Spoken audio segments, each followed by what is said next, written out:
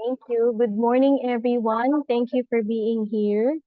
And as you know, we've been studying yung four spiritual laws of prosperity. So today we're just gonna do a review of that four spiritual laws and just to see who, where are we at in terms of the four spiritual laws, and then where do we go from here? What's our next step going to be? Um, Actually, so let's start. I'm gonna go ahead. Start natin the way we start in unity. I think the best way to do it is through prayer.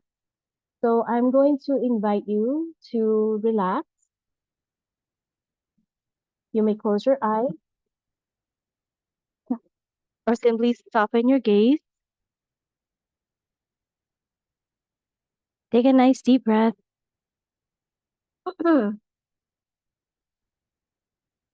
And another deep breath. And slowly letting it out. And as you think of prosperity, think of your favorite word for God. What makes what makes you think of God in that abundance, in that prosperity? Sa akin, love, that divine love. Kung sa inyo, peace.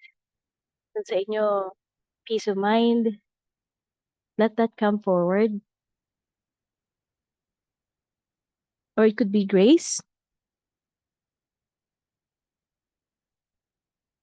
So from this place of love and from this place of peace and grace and abundance, I'm going to read the opening prayer for the four spiritual laws of prosperity. Namnamin nyo lang, pakinggan nyo lang, isa puso nyo lang. And so hear it out how it goes. Father, Mother God, I invite the Holy Spirit to take charge of my journey to prosperity. I let go of all that has gone before, and I now begin anew. I am free and forgiven for all the mistakes I have made in the past. I open myself now to expressing a brand new magnificence. I open myself to receiving all the goodness I can have and all the greatness I can achieve. I invite the Holy Spirit to heal my body, to harmonize my emotions, and to renew my mind, and to fill me now with a mighty faith that empowers me and allows me to commit to be all that I can be. And so it is. Thank you, God. Amen. So now I'm going to invite you to come back to this space and this time. Pwede nyo nang buksan yung mga mata nyo kung nakapikit man siya. So I'm going to ask you to remind me, ano nga ba yung four spiritual laws of prosperity that we've been learning this past few weeks? You can say it in the chat or you can also blurt it out. Ano yung tumatak sa inyo sa four spiritual laws?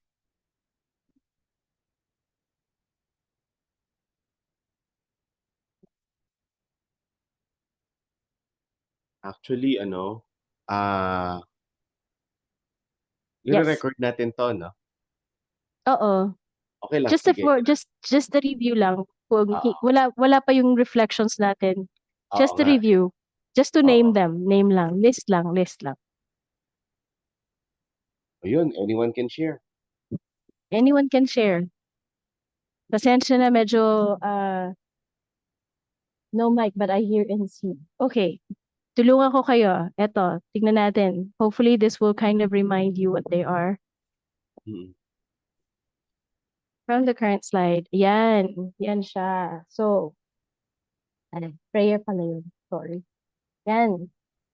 So una, diba, we talked about the law of forgiveness. Kasi importante yung forgiveness, diba? And then, from Edwin Gaines, sabi nga niya, we must forgive everyone all the time, especially yung sarili natin. So that's the first one, forgiveness. The second one that we talked about was divine purpose. na kailangan natin malaman. We need to seek, discover, and follow what is our divine purpose. And then our third one that Reverend Michelle went over, goal setting, na kailangan natin mag-set ng goals, tangible, clear-cut, para sa buhay natin, ano nga ba yung ating divine purpose.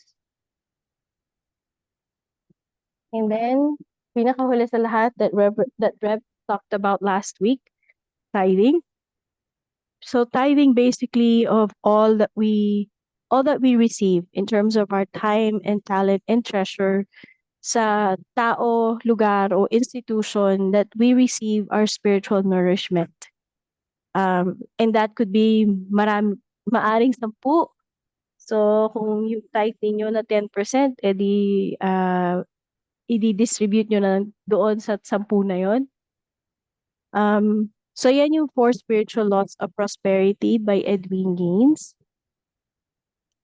So ito naman, I'm gonna ask you to, if you have a pen and paper handy with you, so yung question na, naalala nyo nung nagsimula tayo with this one, ang ginawa natin, we said it a yes or no. And then it dawned on me na minsan it's so hard na pagka naman na masyadong yes or no. So medyo I changed it a little bit to this week na para lang malaman natin that I have forgiven everyone and even everything in our life that na nagkaroon tayo ng sama ng loob o nagkaroon tayo ng kinimkim, ng mga sama ng loob. And just to rate yourself from 1 to 5, 1 meaning poor or unsatisfactory, or 5 outstanding, tipong outstanding student or very satisfactory. Hopefully, hindi nyo naman ibabagsak yung sarili nyo and give yourself a 1. Siguro, a 5 or a 4. So, tingnan nyo sa forgiveness kung nasa 1 ba kayo, nasa 2, nasa 3, nasa 4, or nasa 5, outstanding ba? And I know for me, personally, I have work in progress in this one also.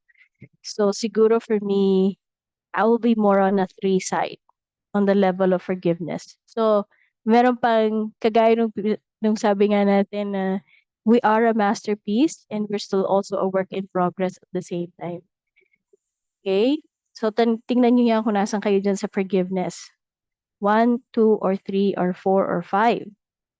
Kung napatawad niyo na lahat-lahat at lahat ng hindi lang ng tao pero even politics sometimes or mga sakit-sakit also. And the next one, so this is something na you could think about. Ako, it's like meron nang nilagay si God sa akin actually in my heart na with regards to my prosperity, who or what is mine to forgive? God, sino o ano ang kailangan kong patawarin sa buhay ko when it comes to my prosperity and my abundance. And tapos, I also have asked God, ano yung the best way for me na patawarin, to forgive this person or this situation. It could be na yung inano ni Edwin Gaines na 70 times 7, na Joe Angeles forgives kung sino man yon. Or it could be forgiveness affirmations, yung nandun sa workbook. And I think ang nilagay sa akin right now is to do the radical forgiveness. And ang ano sa akin, even parang may binigyan na ako ng verse na to hold on to. Bakit? Na whatever we bind on earth, we bind in heaven. Whatever we lose on earth, we lose in the heaven. And earth means the body. And heavens obviously are our state of harmony with the consciousness of God, basically. So yun yung ano ba yun? Parang guiding post for this forgiveness that I'm gonna be doing for the next 30 days with this person. And then, so yun yung forgiveness ko, kaya nasa akin number 3 pa. Siguro, like, kasi parang, so, kumbaga, dikit-dikit na siya eh. So ito yung forgiveness ko ngayon. Then susunod meron na siyang goal setting, which is number 3.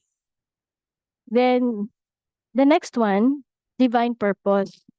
Na alam niyo na yung we have a complete understanding kung ano ba yung gusto niyong gawin that what you have come here to do in on the earth, and you're living in alignment with that knowledge. And I think marami na sa inyo na medyo alam niyo na yung divine purpose eh. Kumbaga, it's something that lights you up pag ginagawa niyo. It's something na it yung pag ginagawa niyo siya like service or like helping other people. I know marami yan si Tin tsaka si Ka Mario, and have mentioned this before na ginagawa niyo na. So if you are in that outstanding, very satisfactory na yes, ginagawa ko na yung divine purpose ko. And then kung ikaw naman yung medyo hindi ko pa talaga alam, inaalam ko pa. So give yourself that number kung nasan kayo dyan sa divine purpose na yan. Kung satisfactory ba, kung outstanding ba, or nasan kayo. And then kung you already know your divine purpose, live it with integrity para talagang mas tumibay yung purpose na yon, na pay attention kasi a lot of times the way my ate would say it nga eh, parang may mission ako, ganun. And sometimes that mission or that purpose just shows up all of a sudden. And the only way that I know is parang um sa akin may consistency eh. Like I was telling Sir Radasa kanina, yung pamangkin ko, yung tinawagan ako ni Diana this week, yung mga pamangkin niya, and then yung mga estudyante ni Argel na college students. So sabi ko, God, mukhang may pattern ka yata sa bago kong purpose. You know, alam ko unity minister sa Philippines lang. Pero God is expanding that divine purpose na mukhang ang magiging maybe target audience ko is the Gen Zs. You know, and Gen Z. So siguro the Gen X kagaya ko at saka millennial like Anthony and Argel. I think si Claire din yata is a millennial eh. So mukhang the younger generation naman yung pinapaano sa atin. So, you know, ang ano ba yun? Pinapahikayat at pinapaalagaan sa atin. So love so that's something to explore. Maybe that's where we are yung kumbaga overall divine purpose ng Unity Philippines. And I know si Rev, yun din ang dinatarget niya, the youth. 14 to 20 yung kay Rev.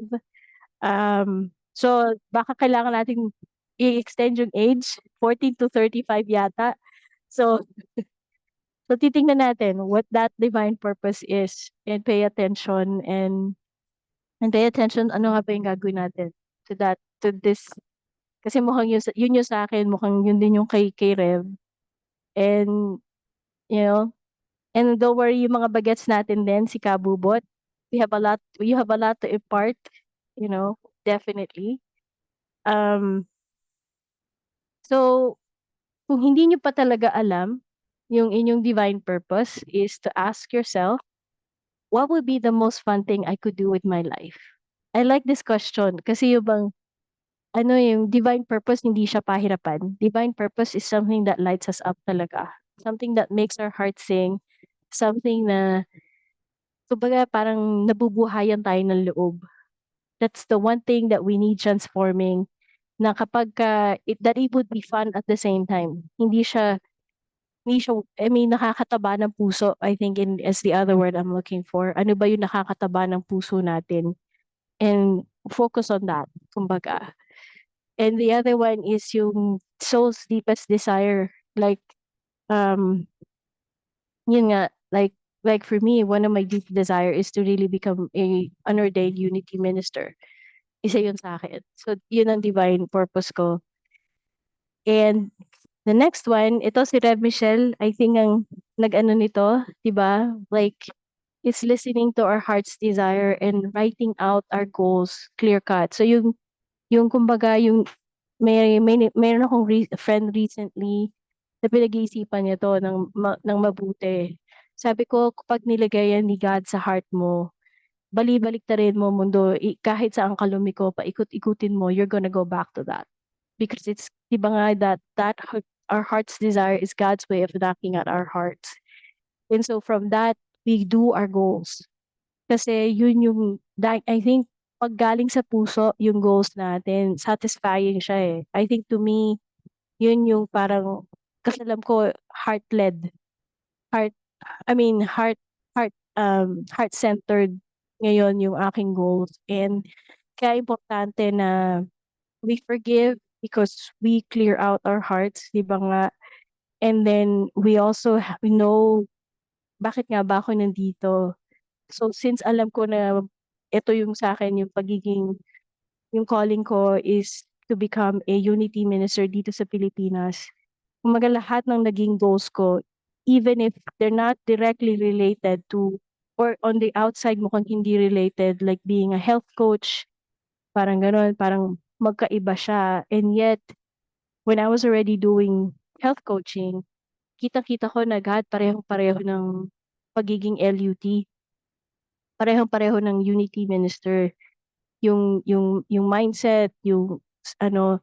So then, luminaw kumbaga, I think the goal setting helps me to set the path kumbaga to live out my divine purpose. Kasi I listen to that, ano nga ba yung nasa puso ko? What is the desire in my heart? And then lay out my goal na, okay God, this term, ito yung mga kukunin kong courses, ito yung ah ganitong araw, ito yung mga araw ng mga classes ko, I need to get my paper.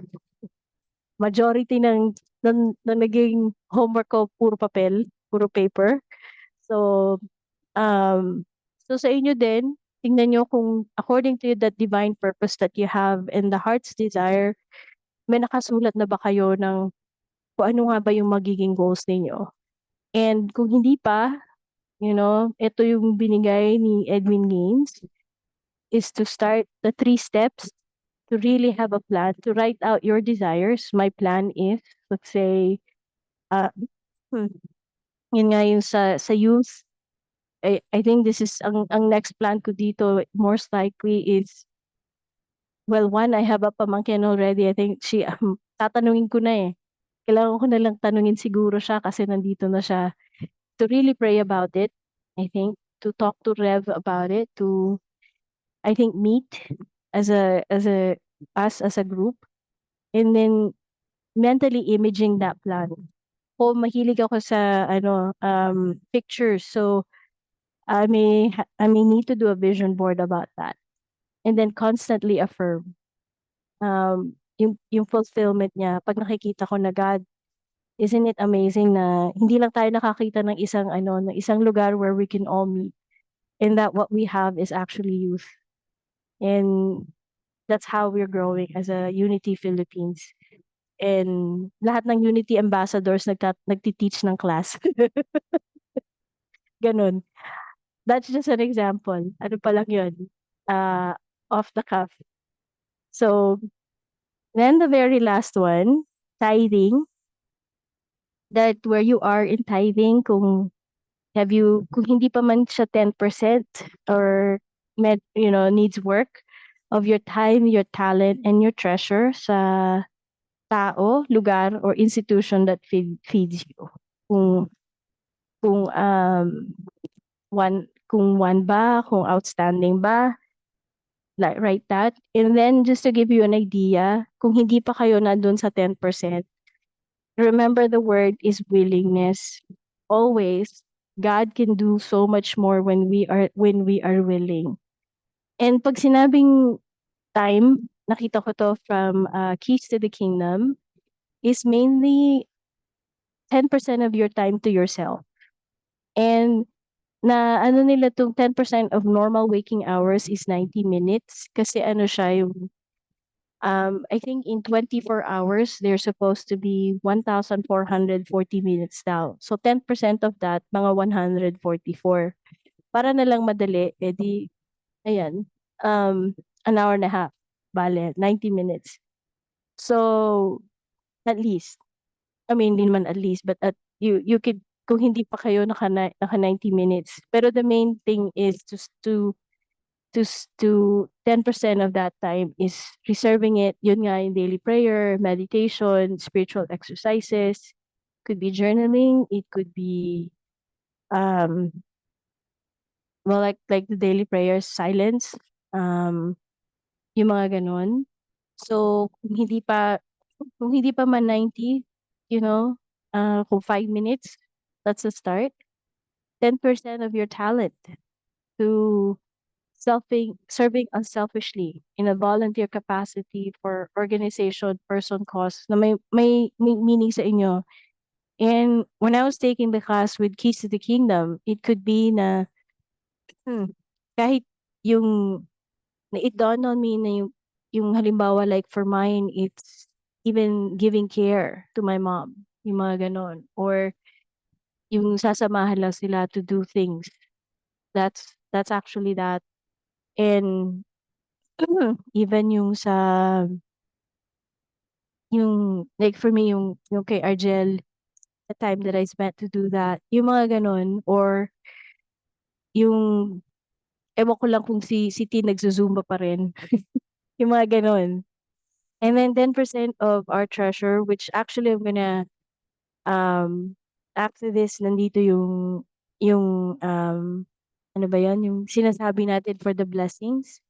And Anthony, I think at one point you did share yung QR code.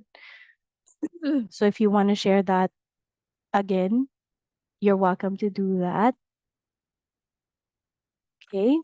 And so speaking of tithing, let's give voice to this together. Ito yung ano natin, yung tithing affirmation natin. And this isn't just from for our treasure, but also for our time and our talent. So I'm gonna invite you. I'm gonna read it out loud, and then I'm gonna invite you to also say it with me. So divine love Divine love flowing through me flowing Flowing through through me, blesses and multiplies Blesses blesses and and multiplies multiplies all that I all am, that I am, all that I all that am, I am, all that I have, all that I all have, that I all have, that I have, all that I give, all that I all that give, I give, and all that I and receive. all that I and all receive. that and I all that I receive. receive. I give I give with I love, give with love, Love, joy, joy, joy, and gratitude. and gratitude. and gratitude. And I I receive receive happily, And I receive happily, abundantly, abundantly, abundantly, in all in ways, all ways and forms. in always and forms. always in forms. Okay. So, stop ko muna, share. So, yes, Anthony, if when you want to share, ano ba yun, the QR code, you're welcome to do Okay. that. Sige. And I thought of ending our, go ahead, Anthony. Hanapin ko lang yung, God put this on my heart to share the song. Because I think this is the one to me, what Stop ko muna yung prosperity. share. Go ahead and share yung ano, Okay. yung code. All right. Yan siya. Mm-mm. And then I think I will end this discussion. I mean, my presentation from ano to. You probably have heard of this from the Buddhist teaching. It's called loving kindness because it's a I think the words of this song captures kung ano nga ba yung tawag, ano nga ba yung meaning ng prosperity.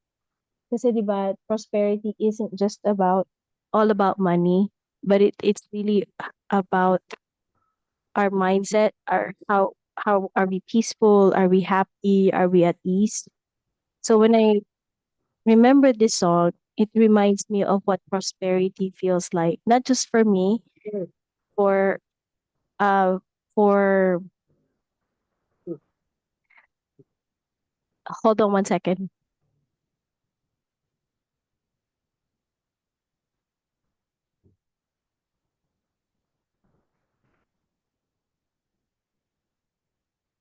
Sorry about that. That's fine. Okay. So I'll go ahead and share. Paano ba to, Anthony?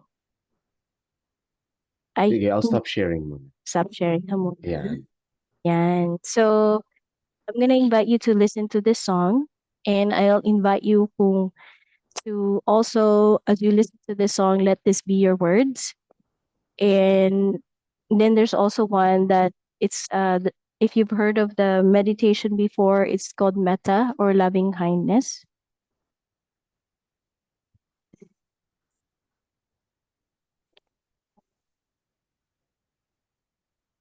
Okay.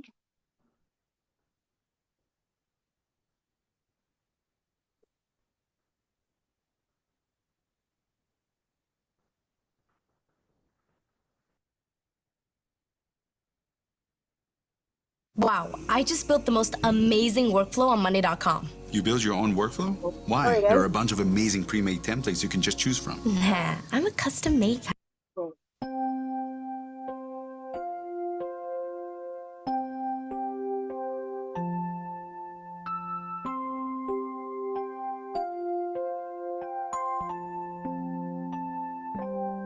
May I be filled with loving kindness.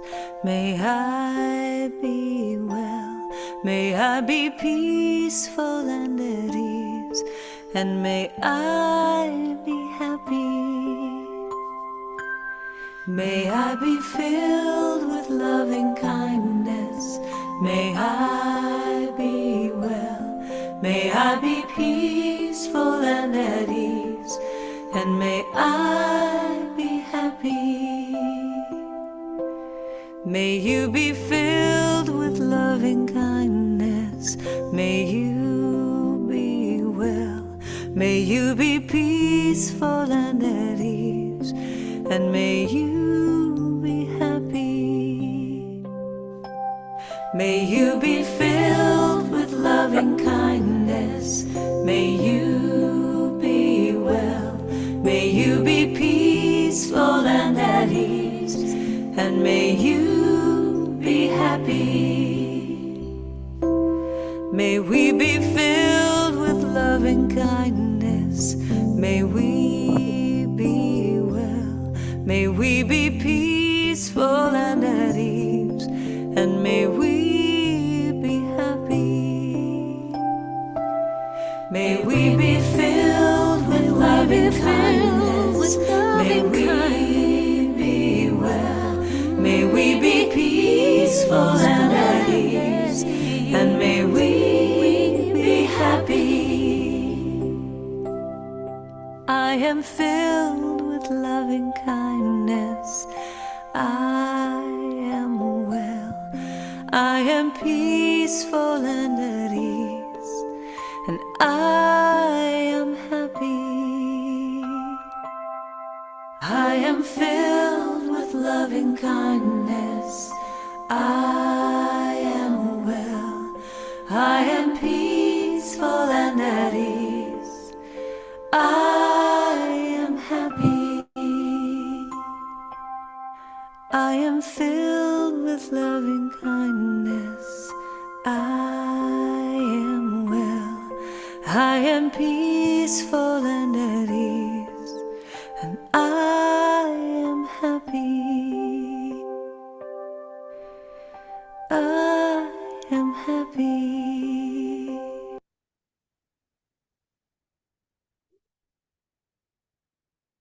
Thank you.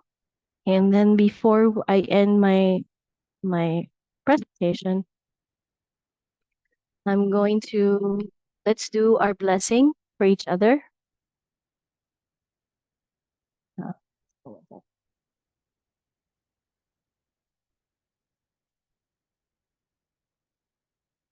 we'll end with our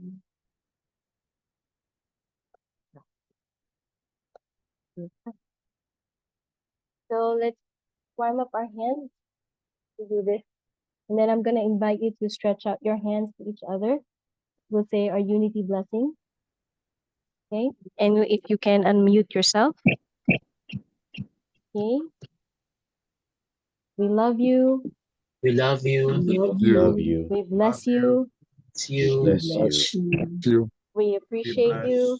We we appreciate appreciate you. you. Appreciate you. And we And we behold the behold Christ the in you. Christ against And We behold the Christ in you Christ in as you. as you. Christ Okay. in you. Then we'll end with our unity prayer of protection. So say it with me. The light of God surrounds me. God, The light of God light of God surrounds me. surrounds me. I am the light of God. I am the I light am of the light God. of God. The love of God enfolds me. The love The of love of God God enfolds me. enfolds me. I am the love of God. I am the love The of love God. of God. The power of God protects me. The The power of power of God. God Power of protects God me. protects me. I am the power of God. I I am am the I am power the of power God. of God. The presence of God watches over me. The The presence presence of of God God God watches over watches me. over me. I am the presence of God. I am the I am the presence of presence God. of God. God, Wherever I am, God is. wherever I am. God Wherever Wherever I I am, am, God is. And all is well. and all is well. is well. Thank you, God. Thank you, God. Thank you, Thank you, God. God. Thank you, God. So I think that's all I have. So Anthony, siguro We sharing can na, stop so we the can stop the recording. recording. We'll stop the recording now to make way for the sharing. Yes.